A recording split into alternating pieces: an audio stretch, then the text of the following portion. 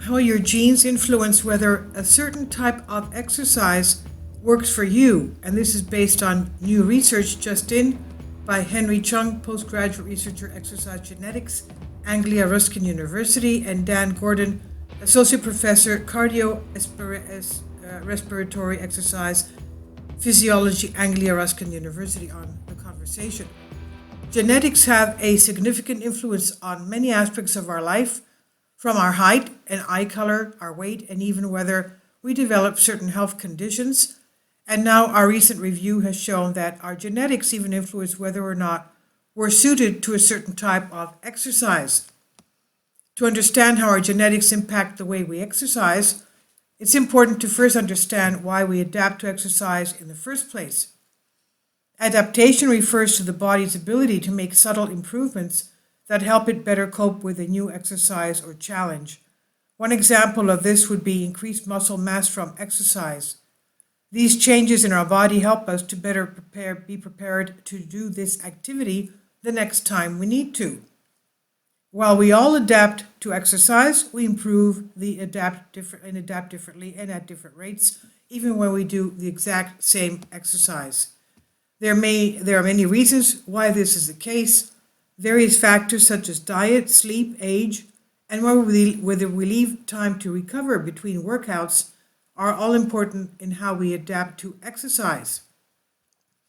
But recently, studies have also shown that the reason we all adapt differently to exercise is largely related to genetics.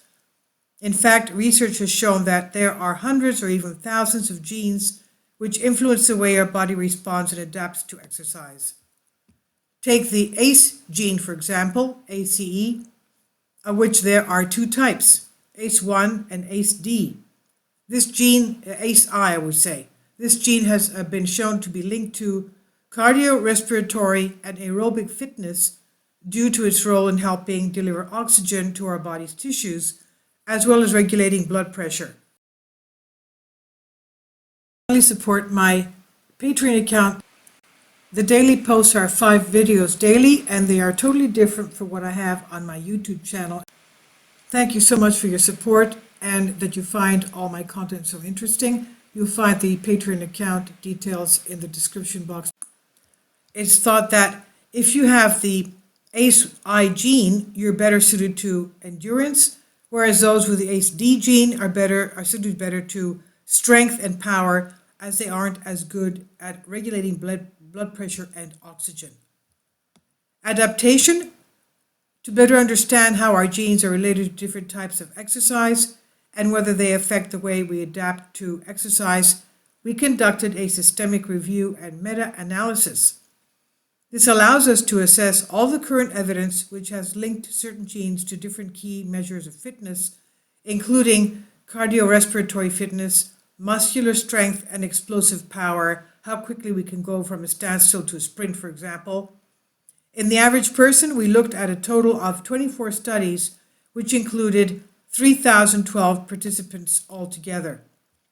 And based on our analysis, we found that, on average, people saw significant improvements to their fitness when they exercised 3 times a week for 12 weeks, regardless of their genetics.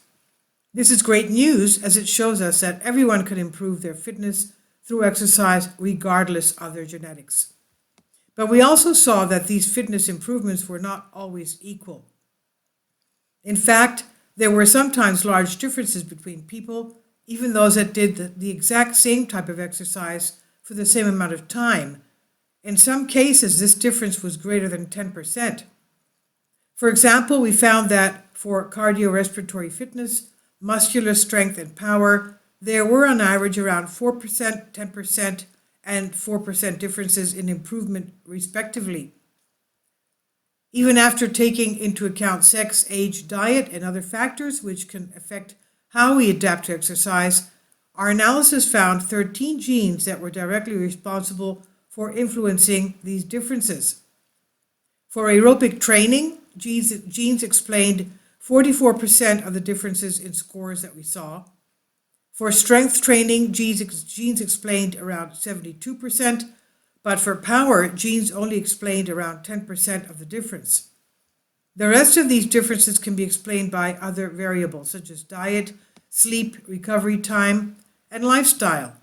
This shows us what a big impact our genes have on what fitness adaptations we see when we exercise. This all is not to say that people with certain genes should give up or pursue different types of exercise. Rather, this simply means that people with certain genes may need to work a little bit harder than others to see similar adaptations. While this is unlikely to have a big impact for the average person, a professional athlete may want to know which genes they have so they can better understand where small improvements can be made that will boost their performance. This is by Clint Wichels, Health Medical Editor on The Conversation, by Anglia Ruskin University. Please leave your comments. Thank you for your support.